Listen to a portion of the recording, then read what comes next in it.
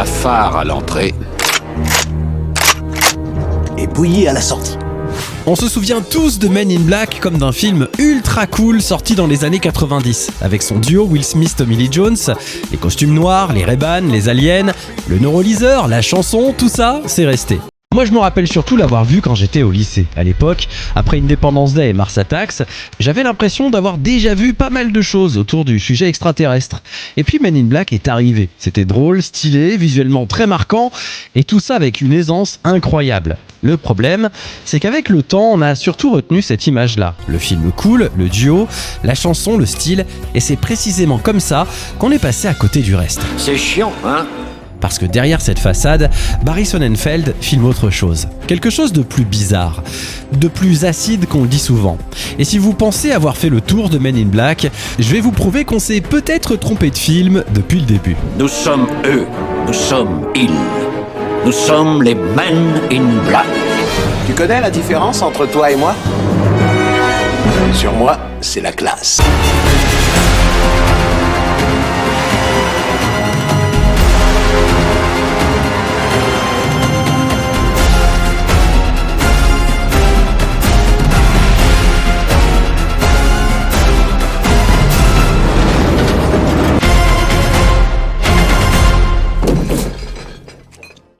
Here comes the Men in Black.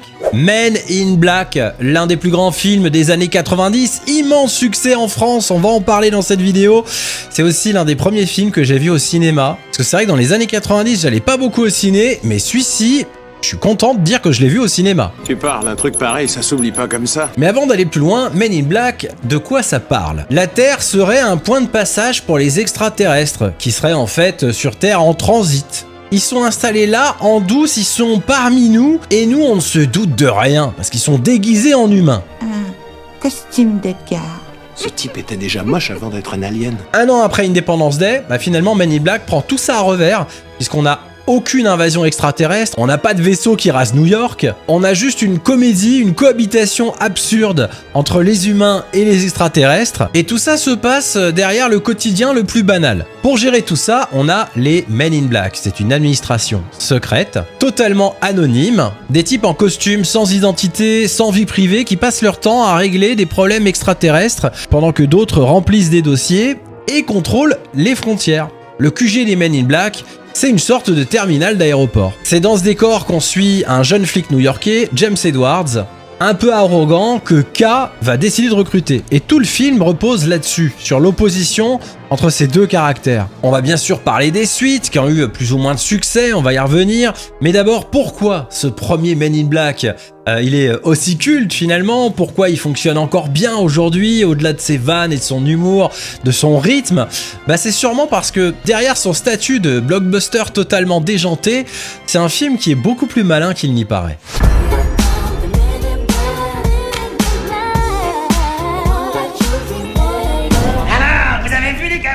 T'es sûr que tu veux pas de café? Pas mal les Cahuenga. Men in Black n'arrive pas de nulle part. Le film sort en pleine Amérique parano des années 90. Avec la série X-Files à ce moment-là en pleine explosion, avec ses théories du complot, ses ovnis, et l'idée qu'on nous ment, qu'on nous cache quelque chose, que la vérité est ailleurs. À cette époque-là, une partie de la culture populaire américaine est d'ailleurs obsédée par une question très simple. Et si le gouvernement savait des choses qu'il nous cache ? Et le titre lui-même ne tombe pas du ciel. Les Men in Black, avant d'être une franchise cool avec Will Smith, c'est d'abord un vieux mythe de l'ufologie américaine. Des témoins d'OVNI racontaient avoir reçu la visite d'hommes étranges en costume noir, venus les intimider ou les faire taire après leur témoignage. Lowell Cunningham récupère ensuite ce folklore paranoïaque dans son comique. Et le film va faire quelque chose de très malin, transformer cette angoisse complotiste très américaine en blockbuster pop sans en effacer totalement le malaise.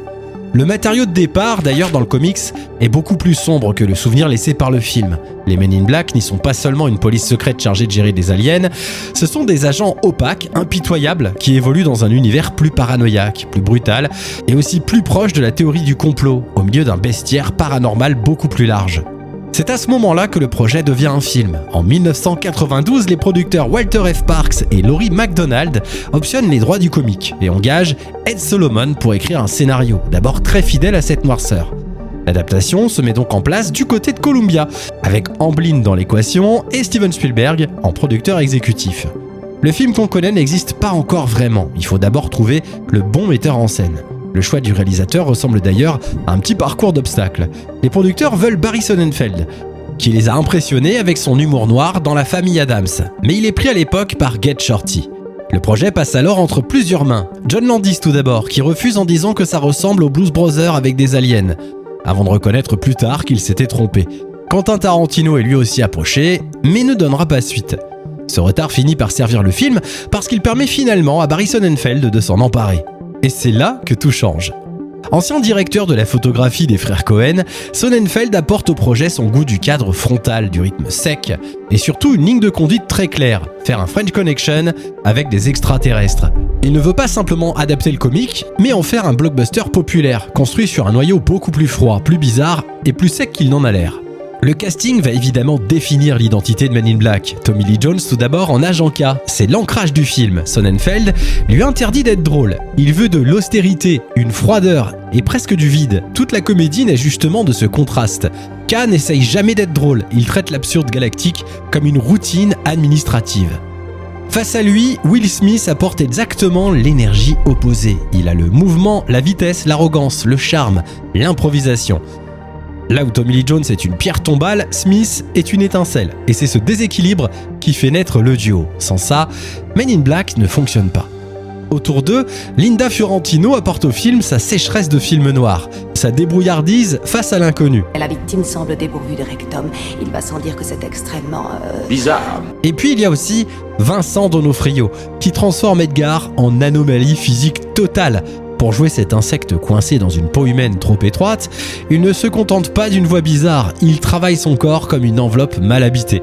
D'ailleurs, pour travailler son rôle, il regarde des documentaires sur les insectes, bloque ses articulations avec des attelles, dérègle sa démarche, installe un vrai malaise physique.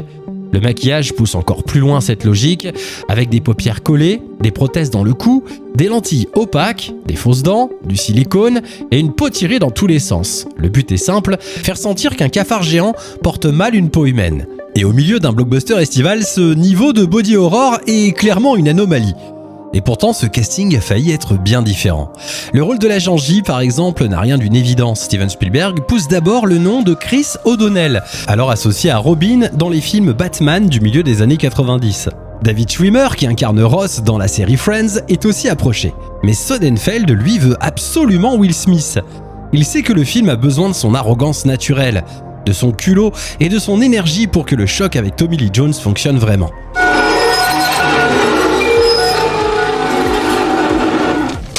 Je vous invite. Il racontera même avoir organisé un dîner avec O'Donnell pour le dissuader discrètement d'y aller. Smith lui-même hésite. Après Independence Day, il n'a aucune envie d'enchaîner avec un autre film d'extraterrestres. Quand Spielberg l'appelle, il croit d'abord à une blague, puis le réalisateur le fait venir en hélicoptère pour le rencontrer, et la machine se met en route. C'est finalement sa femme, Jada Pinkett Smith, qui le pousse à accepter. Même Tommy Lee Jones n'est pas acquis d'avance. Il n'aime pas la première version du scénario et n'accepte de jouer qu'après que Spielberg lui ait promis que le script serait retravaillé. Il sent que le ton n'est pas encore le bon. Et Linda Fiorentino aurait carrément gagné son rôle au poker. Ce casting qui paraît aujourd'hui évident a en réalité tenu sur une série de paris, de refus et d'hésitations. Sonnenfeld rejette d'emblée le look lisse façon NASA. Il veut autre chose. Pour ça, il s'entoure de plusieurs grands artisans liés à l'univers de Tim Burton. Bo Welch, le chef décorateur du film, connu notamment pour son travail sur plusieurs films de Tim Burton, conçoit le QG des Men in Black, en s'inspirant notamment du terminal TWA de l'aéroport JFK à New York. Un bâtiment futuriste des années 60, dessiné par l'architecte Eero Saarinen, avec des grandes courbures blanches, un espace très fluide, très élégant, presque comme si l'administration extraterrestre passait par un aéroport du futur, vu par les années 60. Et l'idée est brillante, traiter le fantastique non comme quelque chose d'extraordinaire, mais comme une corvée administrative presque banale. Le QG ressemble moins à une base secrète qu'à une gare bureaucratique du cosmos. Le même soin est apporté au look général du film. Les costumes noirs iconiques auraient pu dériver vers une image trop évidente à la Blues Brothers.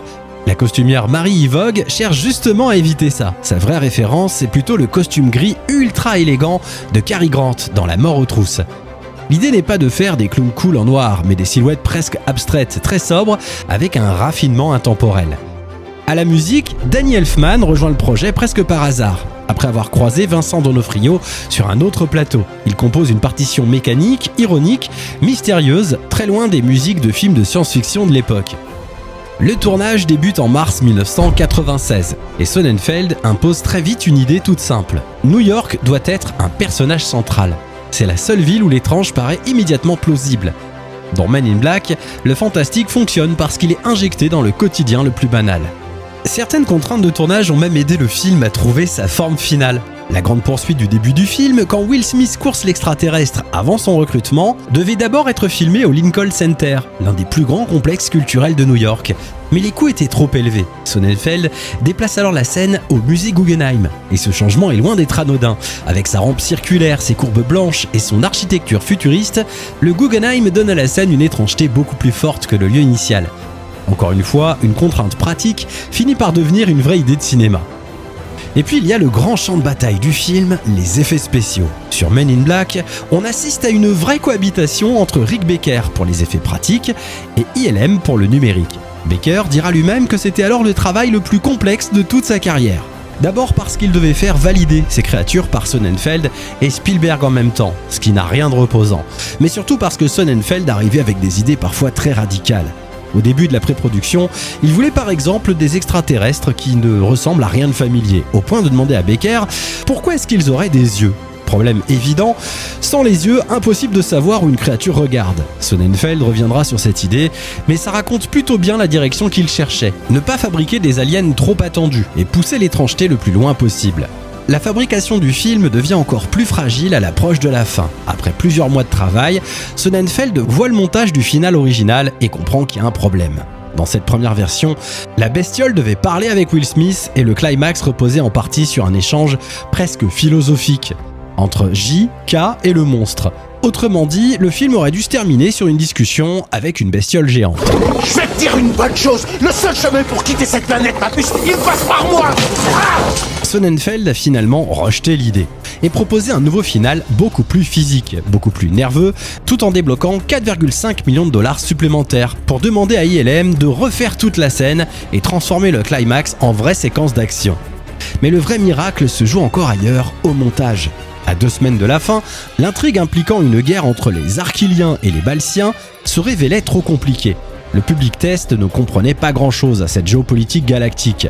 Sonnenfeld a alors pris une décision extrêmement maligne, simplifier toute l'histoire sans retourner une seule scène. Pour y arriver, il a décidé de modifier les sous-titres des dialogues extraterrestres, certaines répliques de Frank le Carlin et les graphismes visibles sur les écrans du QG. Résultat, une histoire plus simple, plus lisible, plus efficace, sans repasser par une nouvelle phase de tournage. C'est l'un de ces miracles invisibles de post-production qui montre à quel point Men in Black tient aussi par son montage. Non, j'ai le mal de mer. Arrête-toi. Le film devient alors ce qu'il devait être depuis le tout début, une machine extrêmement précise, soutenue en plus par le hit planétaire de Will Smith, qui finira d'ancrer tout ça dans la pop culture mondiale.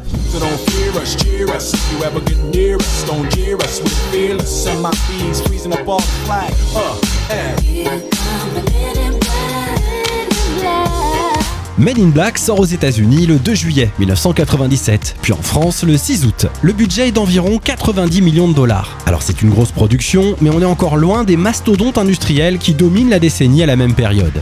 Et personne n'anticipe l'ampleur du phénomène qui s'annonce. Dès sa sortie américaine, le film frappe très fort. Plus de 51 millions de dollars sur son premier week-end, 84 millions sur ses 5 premiers jours, avec plusieurs records à la clé pour une sortie estivale de ce type.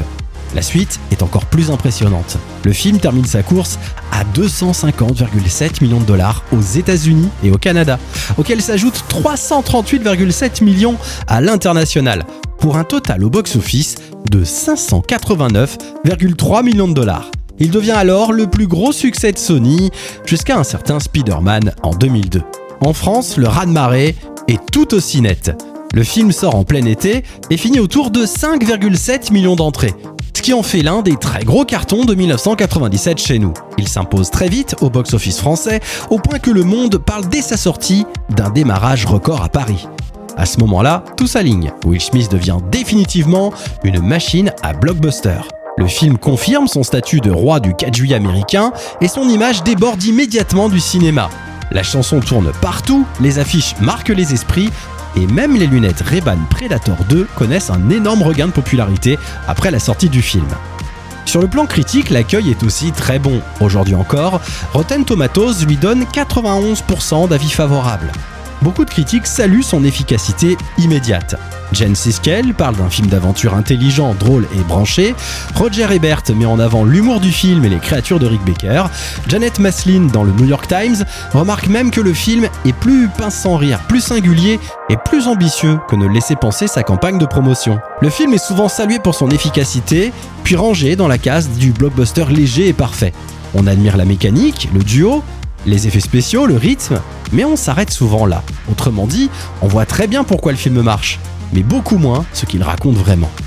On lui pardonne son scénario jugé léger parce qu'il est vif, drôle et parfaitement huilé. Mais cette réception enthousiaste passe à côté de quelque chose de plus profond, que le film parvient à cacher derrière sa vitesse et son efficacité.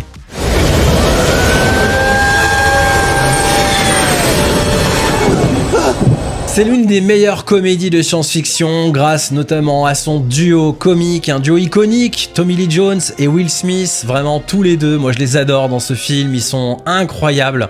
Ça fonctionne tellement bien ce duo. Tout fonctionne super bien dans ce film. Les vannes, les scènes d'action, les effets spéciaux, on va en parler. Le combat à la fin avec la bestiole aussi. Le moment où il lui fout une bouffe là à Will Smith en pleine face, j'adore. Il passe par moi. La scène de la soucoupe aussi qui s'écrase. Moi j'avais trouvé ça tellement bien fait. Je me souviens qu'à l'époque dans les magazines de la presse spécialisée cinéma, ils avaient expliqué comment ils avaient réalisé cette scène. Donc bien sûr en practical avec une miniature tiré sur des rails, mais tout ça fait que le film fonctionne super bien aujourd'hui.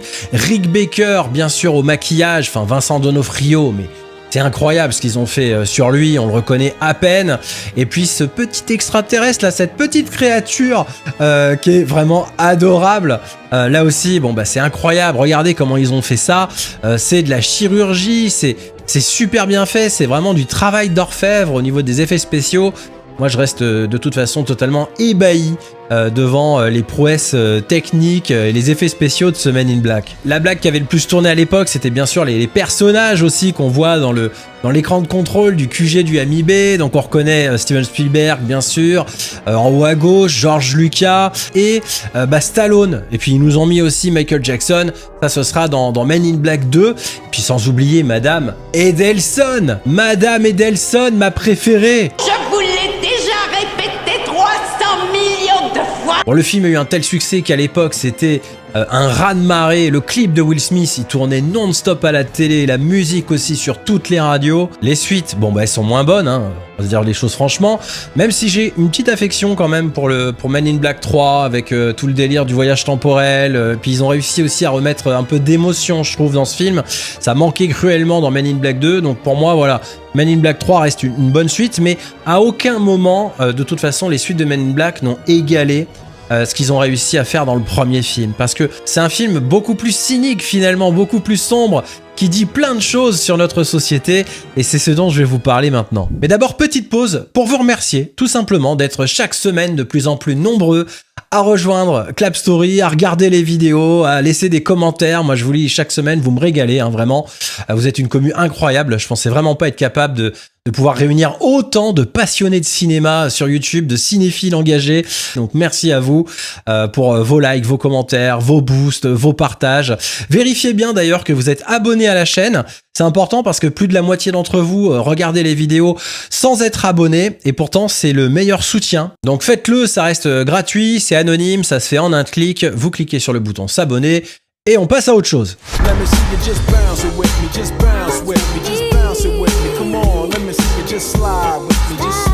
Série 20, désatomiseur. Ouais, comme ça, je me sens mieux. Criquet infernal. Non, tu te fous de moi. Bon, alors toi, t'as un désatomiseur série 20 et j'ai cette saleté de grillon à la con. Oh, attention! Le scénario de Men in Black est plutôt simple, c'est vrai, mais dans la forme seulement. Un vieux briscard qui recrute une jeune tête brûlée, on a vu ça 100 fois au cinéma. Une menace extraterrestre qui débarque sur Terre, les deux qui doivent sauver le monde. Dit comme ça, c'est sûr, on est presque dans la fiche technique du blockbuster parfait pour l'été. Mais dans le fond, c'est une toute autre histoire. Déjà, le film a une idée brillante, il détourne complètement le mythe de l'invasion extraterrestre.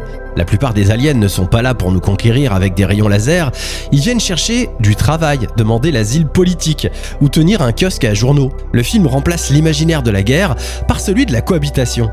Et même quand un immense vaisseau menace de faire sauter la Terre à la fin, c'est pas toujours une invasion. Les Arquilliens ne veulent pas nous dominer, ils s'en fichent complètement, ils veulent juste récupérer leurs bijoux. Pour eux, détruire la Terre, c'est juste une mesure de sécurité radicale pour éviter que leur technologie ne tombe entre de mauvaises mains. On n'est pas face à des conquérants, on est juste des fourmis pour eux. Et ce choix n'a rien d'anodin, il dit déjà quelque chose du monde. Men in Black parle aussi en creux d'immigration, d'intégration, de coexistence avec des êtres perçus comme bizarres, inquiétants ou indésirables. Et le plus fort, c'est que tout ça se passe à New York. Évidemment, c'est pas un hasard. New York, c'est la ville des arrivées, des brassages, des communautés entassées, des gens qu'on croise sans jamais vraiment savoir qui ils sont. Le film nous souffle presque à l'oreille, les types étranges qu'on croise dans le métro à 3h du matin, c'est peut-être des céphalopoïdes. Il ancre l'extraordinaire dans un quotidien banal, et c'est précisément ce qui le rend crédible. On a souvent parlé de Men in Black comme d'une grosse comédie, sauf qu'il y a une phrase qui résume toute la vision du film, et elle est très différente. Quand K parle à J sur le banc, juste avant de le recruter. Les humains, pour la plupart, ne se doutent de rien, sans envie ni besoin de savoir, ça leur va comme ça. Ils peuvent comprendre, ils sont intelligents. Une personne sûrement, mais en foule on est con, on panique comme une horde d'animaux. Et c'est ça le centre du film, le postulat de base, c'est que l'humanité n'est pas prête pour apprendre la vérité. Pas parce qu'elle manque de technologie, mais parce qu'elle manque d'armes. Parce que son ego ne supporterait pas de découvrir que la Terre n'est qu'un pensionnat délabré au fin fond de l'univers, que nous ne sommes pas le centre de quoi que ce soit, que des galaxies entières peuvent tenir dans le bijou accroché au collier d'un chat, pendant que nous continuons à nous croire essentiels. Le film ne dit pas seulement que l'univers est vaste, il dit que nous sommes insignifiants et que la seule manière de préserver l'ordre social, c'est de mentir à tout le monde. Effacer la mémoire, ranger la vérité dans un tiroir, gérer l'infini comme un dossier administratif. C'est pour ça que K est un personnage très fort. C'est pas James Bond, c'est pas non plus un héros, c'est même pas un aventurier. K, c'est juste un moine soldat coincé dans une bureaucratie absurde. Un homme qui a dû simuler sa propre mort et a abandonné la femme qu'il aimait pour rejoindre l'agence. Pendant 35 ans, il s'est contenté de la regarder vivre à travers un écran satellite, sans jamais pouvoir lui adresser la parole. C'est ça le prix de la vérité pour K, devenir un fantôme pour protéger une humanité qui n'en saura jamais rien. Et c'est tragique. Il ne protège pas seulement la planète, il protège les humains d'une vérité qu'ils ne pourraient pas supporter. Si l'on veut que le peuple vive heureux et ait beaucoup d'enfants, nous avons le devoir de lui mentir. Et tout le film repose là-dessus, sur cette collision permanente entre l'absurde et le tragique. On remplit des formulaires, on gère des clandestins galactiques, on interroge un carlin comme un indicateur mafieux, mais derrière les gags, il y a toujours la même idée, le réel est trop vaste, trop étrange, trop humiliant pour être accepté tel quel. Alors oui, Will Smith court après des cafards géants et ça fonctionne comme un très grand blockbuster. Mais si on regarde un peu au-delà, le film porte une noirceur et une audace qu'on voit très rarement dans ce genre de production. Et la fin de K est là pour nous le rappeler. Quand il demande à être effacé pour retrouver une vie qu'il ne connaîtra plus vraiment, le film touche quelque chose de profondément mélancolique. Sans jamais devenir un drame psychologique non plus, il arrive à être plus triste, plus adulte et plus humain que plein de films de science-fiction beaucoup plus démonstratifs. Un de ces quatre. Non, sûrement pas.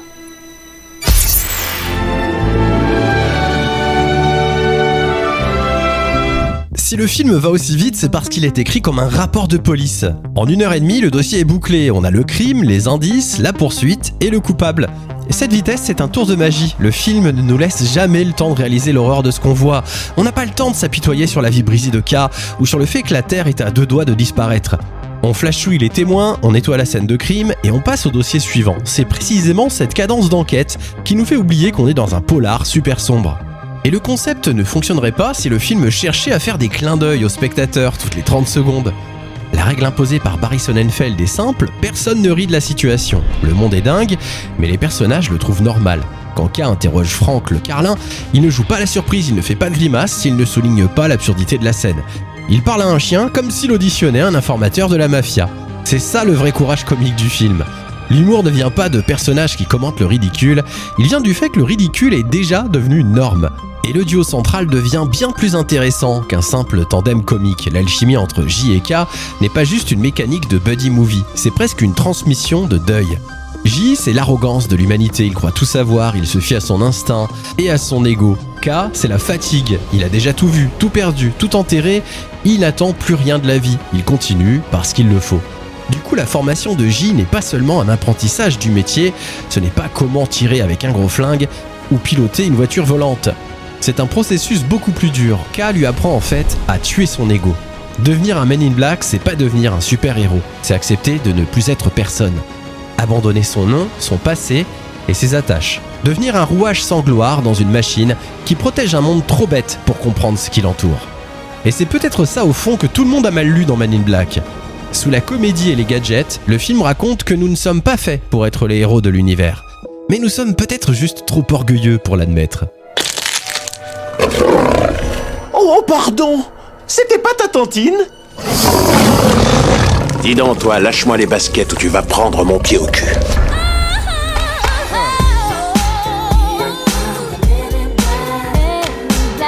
Sainte Vierge, c'était quoi ce truc-là? Sucre. Jamais vu du sucre faire ça. Edgar, on dirait que t'as la peau qui flotte. C'est mieux comme ça? Le succès du premier film a aussi piégé et lancé la franchise, parce que Men in Black ne s'est pas contenté de devenir un carton au cinéma. L'univers a tout de suite été prolongé. Barry Sonnenfeld réalisera encore les 2 suites directes avec Will Smith et Tommy Lee Jones en 2002, puis en 2012. Mais la marque déborde aussi très vite du grand écran avec une série animée diffusée de 1997 à 2001. Autrement dit, Men in Black devient presque instantanément une nouvelle franchise. Et il faut le rappeler, Sonnenfeld reste le réalisateur des 3 premiers films. Mais même avec le même metteur en scène, la formule commence à se dérégler. 5 ans après le premier film, Men in Black 2 sort en 2002. Commercialement, ça marche encore très bien, avec environ 441,8 millions de dollars dans le monde, pour un budget estimé autour de 140 millions. Donc financièrement, Sony s'est pas planté. Mais le problème commence à se dessiner ailleurs. Le film remet en place le duo, relance la machine, mais on sent déjà que ça force un peu. Le premier allait droit au but avec une sécheresse presque chirurgicale. Le deuxième pousse davantage les gags, la surenchère, les sidekicks et perd une partie de cette froideur qui faisait toute sa saveur. Même Sonnenfeld reconnaîtra à l'époque que la fabrication a été pénible, parasitée par une pression énorme autour du succès du premier. Puis la franchise disparaît pendant 10 ans. Il faut attendre 2012 pour voir arriver Men in Black 3, toujours réalisé par Barry Sonnenfeld. Le film finit tout de même à 654,2 millions de dollars au box-office mondial, mais avec un budget qui grimpe autour de 215 à 225 millions, voire davantage selon les estimations. Là encore, ça rapporte, mais l'équation devient beaucoup plus tendue. Et cette fois, le chaos de production se ressent vraiment. Le tournage a été interrompu, le scénario n'était pas verrouillé, Tommy Lee Jones lui-même disait en pleine production qu'il ne savait pas vraiment quelle était l'intrigue. On est dans un blockbuster de studio lancé alors qu'il n'est finalement pas prêt.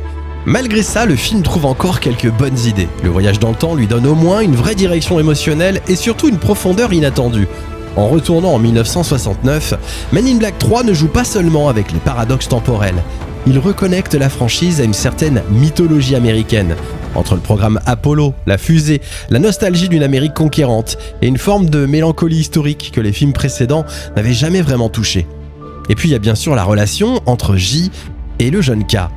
Là, le film retrouve enfin quelque chose de plus humain. Josh Brolin réussit quelque chose de très difficile. Il ne copie pas Tommy Lee Jones, il en retrouve la raideur, le tempo, la fatigue, sans jamais tomber dans la caricature. Alors c'est pas un grand film, loin de là, mais il reste quelques fulgurances, et surtout une vraie émotion qui clôture parfaitement la trilogie de Barry Sonnenfeld. Puis il faut encore attendre 7 ans. En 2019, la franchise revient avec Men in Black International. Et là, cette fois, Barry Sonnenfeld n'est plus là. C'est important parce que le film sert presque de preuve par le vide. C'est souvent comme ça qu'on comprend la valeur d'un film original, quand tout est encore là en apparence, mais que l'essentiel a disparu. Dans ce dernier film, les costumes sont toujours noirs, les aliens sont toujours là, l'agence existe encore, mais tout a été lissé. Les créatures poisseuses ont été remplacées par des CGI bien propres, l'humour est forcé, et le duo Chris Hemsworth-Tessa Thompson passe son temps à jouer la connivence avec le spectateur au lieu d'habiter vraiment ce monde. Surtout, toute l'esthétique du premier a disparu. La bureaucratie sale, absurde, presque déprimante, a été remplacée par des décors futuristes sans personnalité. Des QG qui ressemblent plus à des Apple Store qu'à une administration clandestine chargée de gérer le chaos cosmique. Et c'est là que le film devient utile malgré lui. Parce qu'en retirant la saleté, le malaise, le cynisme et la gravité des personnages, ce film prouve exactement ce qui faisait la force de Men in Black. Le film a rapporté environ 253,9 millions de dollars dans le monde, pour un budget annoncé autour de 110 millions, avec un accueil critique beaucoup plus tiède que les précédents. Bref, la relance n'a pas pris. Et depuis décembre 2025, un nouveau Men in Black est bien en développement chez Sony, avec Chris Bremer au scénario, auteur des derniers films Bad Boys. En revanche, à ce stade, rien n'est officiellement confirmé concernant le casting, et le retour de Will Smith reste au stade de spéculation. Le choix de Bremer n'est pas anodin, Sony cherche visiblement à retrouver une énergie de buddy movie d'action, directement connectée à Will Smith et à ce qu'il représentait dans les années 90 et 2000. Autrement dit, le studio sait très bien où se trouve encore le cœur affectif de la franchise. Mais tout le problème est là. Faire revenir Will Smith ne va pas suffire. Ce que la saga a perdu avec le temps, c'est pas seulement une star. C'est un ton et une noirceur, une manière de filmer l'absurde comme une routine administrative. Et ça, c'est beaucoup plus difficile à faire revenir qu'un costume noir et une paire de Ray-Ban. Ce qu'il est merdique son déguisement, celui-là, c'est évident, il en est. Si ça te plaît pas, tu peux aller te faire foutre, pauvre truffe.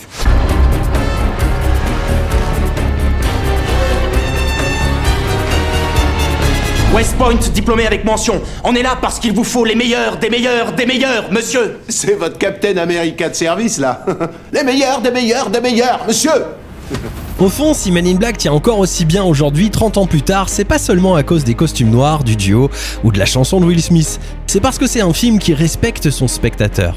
Là où tant de blockbusters modernes étirent tout, surlignent tout, commandent tout, Men in Black va droit au but. En 1h30, il pose un univers, une enquête, un duo, une mythologie et une vraie vision du monde. Sans perdre de temps à expliquer 3 fois la même chose. Mais le vrai coup de génie, il est dans sa toute dernière image. Ce zoom arrière qui nous arrache à New York, à la Terre, puis à la galaxie entière pour nous révéler que tout ce qu'on vient de voir n'est peut-être qu'un simple jouet dans les mains d'entités encore plus vastes. En quelques secondes, le film rabat toutes les cartes. Il nous rappelle que notre planète n'est pas le centre de l'univers, que notre ego est une illusion, que tout ce qu'on croyait immense peut d'un seul coup devenir minuscule. C'est pour ça que Men in Black reste un film à part. Parce qu'il a réussi quelque chose de très rare, transformer une idée presque vertigineuse, presque déprimante, en pur plaisir de cinéma. On venait voir Will Smith tirer sur des aliens, on repart avec une leçon de modestie cosmique. Et c'est précisément pour ça que Men in Black est culte, et qu'il le restera. Quel arrivant? Ça a un rapport avec le clandestin d'hier soir? Oh, pardon, madame. Félicitations, Reggie, c'est un calamar.